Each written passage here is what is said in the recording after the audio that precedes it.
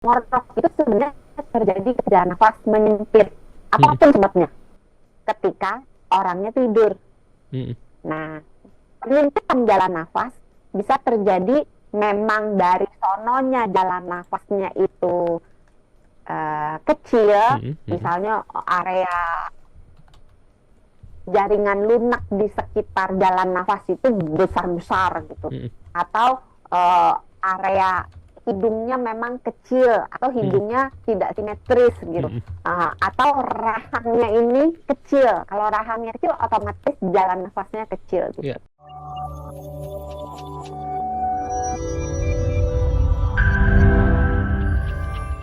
banyak orang yang bilang, dok, katanya kalau tidurnya ngorok itu artinya lagi capek banget dan menandakan tubuh tuh lagi butuh benar-benar istirahat. Benar atau enggak sih, dok? Bisa. Bisa ya, salah satunya ya. Iya, Tapi iya. sebenarnya Memang kenapa? apakah sebenarnya ngorok ini adalah sesuatu yang perlu kita khawatirkan, dok? Sebenarnya ngorok itu kejadian yang banyak ya. Mm-mm. Kalau secara statistik, misalnya sahabat Sonora atau Hans deh misalnya, Mm-mm. kalau ditanya ada nggak temennya yang ngorok, itu pasti dengan segera langsung si ini, si ini, si ini, Iya, si ini, iya, iya. ya kan? Mm-mm. Apalagi kalau yang sering misalnya camping bareng, Mm-mm. atau sering outing Mm-mm. bareng, atau sering jalan bareng yang Mm-mm. sekamar rame-rame Mm-mm. gitu kan, itu Mm-mm. pasti langsung si ini dengan mudah gitu. Karena Iya. memang pada kenyataannya 45% dari seluruh orang di populasi dunia Mm-mm. itu ngorok, Oke. tapi sesekali gitu. Oke. Nah, sekitar 25% Mm-mm. ngoroknya rutin. Jadi Mm-mm. 1 dari 4 itu 5 orang di dunia itu ngorok secara rutin, Mm-mm. ya kan? Nah, yang ngorok kebanyakan kebetulan laki-laki, Oh, oke. perempuan lebih jarang gitu. Ya, Mhm. jadi 2% perempuan yang ngoroknya rutin gitu. Jadi kalau ditanya ngorok itu berbahaya atau tidak, Mhm. normal atau tidak, ada beberapa faktor yang harus dilihat gitu. Kalau ngoroknya cuma sesekali, Mhm. pas misalnya kata Hans bilang tadi, oh lagi capek Mhm. banget, misalnya udah kerjanya berat, Mhm. udah kerja secara fisik Mhm. berat, Mhm. secara mental berat gitu, Mhm. terus kurang tidur, biasanya malamnya itu akan ngorok gitu. Oke. Nah, yang sesekali tidak disertai dengan rutinitas, Mhm. itu biasanya kita anggap sebagai masih normal, tidak ya, tapi masih bisa dianggap sebagai tidak berbahaya gitu. Oke. Ini kelihatannya menarik, dok. Ternyata cukup besar ya angkanya, Nah, 45% tadi ya? iya, Empat puluh lima 45% persen. dari populasi Mhm. itu ngorok secara sesekali. Oke. Kalau rutin itu 25%. Rutin itu 25 dan ternyata dari 45% itu ada juga wanita ya, walaupun skalanya lebih kecil ya, dok ya? Iya, cuma 20%, 40%-nya tuh pria. Jadi memang kaum pria lebih Lebih berisik kalau tidur ya? beresiko, lebih berisik. Tapi itu ada sebabnya loh. Kenapa tuh, dok? Emang ngorok ini menjadi indikasi apa sebenarnya ketika kita tidur?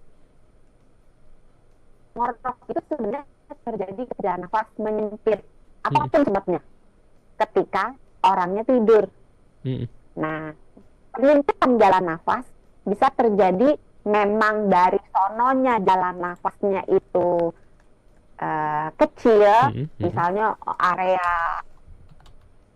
jaringan lunak di sekitar jalan nafas itu besar-besar gitu, Mhm. atau area hidungnya memang kecil atau Mhm. hidungnya tidak simetris gitu. Mhm. Atau rahangnya ini kecil, kalau rahangnya kecil otomatis jalan nafasnya kecil Iya. gitu. Jadi memang dari sananya, kalau Mhm. yang kayak gini nggak bisa diapa-apain. Kalau Mhm. dia ngorok, satu-satunya jalan harus menggunakan alat bantu Mhm. yang dari dokter eh, sulit dikendalikan dengan hanya perbaikan gaya hidup saja. Mhm. Nah, terus bisa juga ini nih yang menyebabkan kenapa laki-laki lebih sering ngorok daripada perempuan. Kenapa tuh, dok? Laki-laki tuh punya kecenderungan kalau Mhm. dia gemuk, numpuknya jadi kayak atas gitu. Kalau perempuan kan cenderung kalau numpuknya itu di bokong, di paha gitu. Mhm. Mhm. Kalau laki-laki cenderung di area perut dan area leher. Nah, kalau di area leher, maka lemak yang terjadi akibat kegemukan itu akan menekan jalan nafasnya. Nah, akibatnya jalan nafasnya akan makin kecil gitu. Oke. Itu kalau jalan nafasnya itu mengecilnya, menyempitnya karena sesuatu. Tapi bisa juga jalan nafas itu menyempit ketika otot-otot di sekitar jalan nafas, otot dan jaringan lunaknya itu saking rileksnya, dia jatuh ke belakang. Oh, oke. Misalnya nih, kalau misalnya lagi party-party minum alkohol kan, nah itu bisa menyebabkan dia jatuh ke belakang. Atau misalnya orangnya itu tadi capek banget sehingga dia rileks sekali, tidurnya dalam banget, dia jatuh ke belakang gitu. Atau misalnya dia minum penenang, atau dia minum obat tidur, sehingga obat-obat yang membuat otot-otot menjadi sangat rileks, maka itu berpotensi jatuh ke belakang kalau dia tidurnya terlentang. Nah, terus bisa juga jalan nafasnya itu menyempit ketika orang tersebut mengalami pembesaran di area tempat lain yang menekan jalan nafas. Misalnya, nih yang sering nih, yang ngorok pada anak-anak.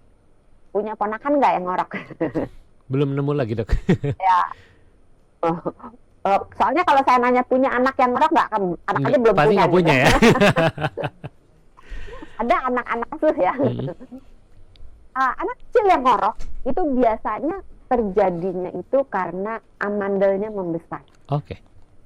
Nah, amandelnya membesar biasanya karena infeksi. Nah, jadi segala sesuatu infeksi yang menyebabkan organ di area jalan nafas membesar, itu bisa menyebabkan ngorok. Gitu. Atau misalnya pembesarannya ini terjadinya misalnya karena alergi, atau misalnya lagi flu. Kalau lagi flu kan kita hidungnya suka bengkak ya, jadi hidungnya tersumbat gitu kan.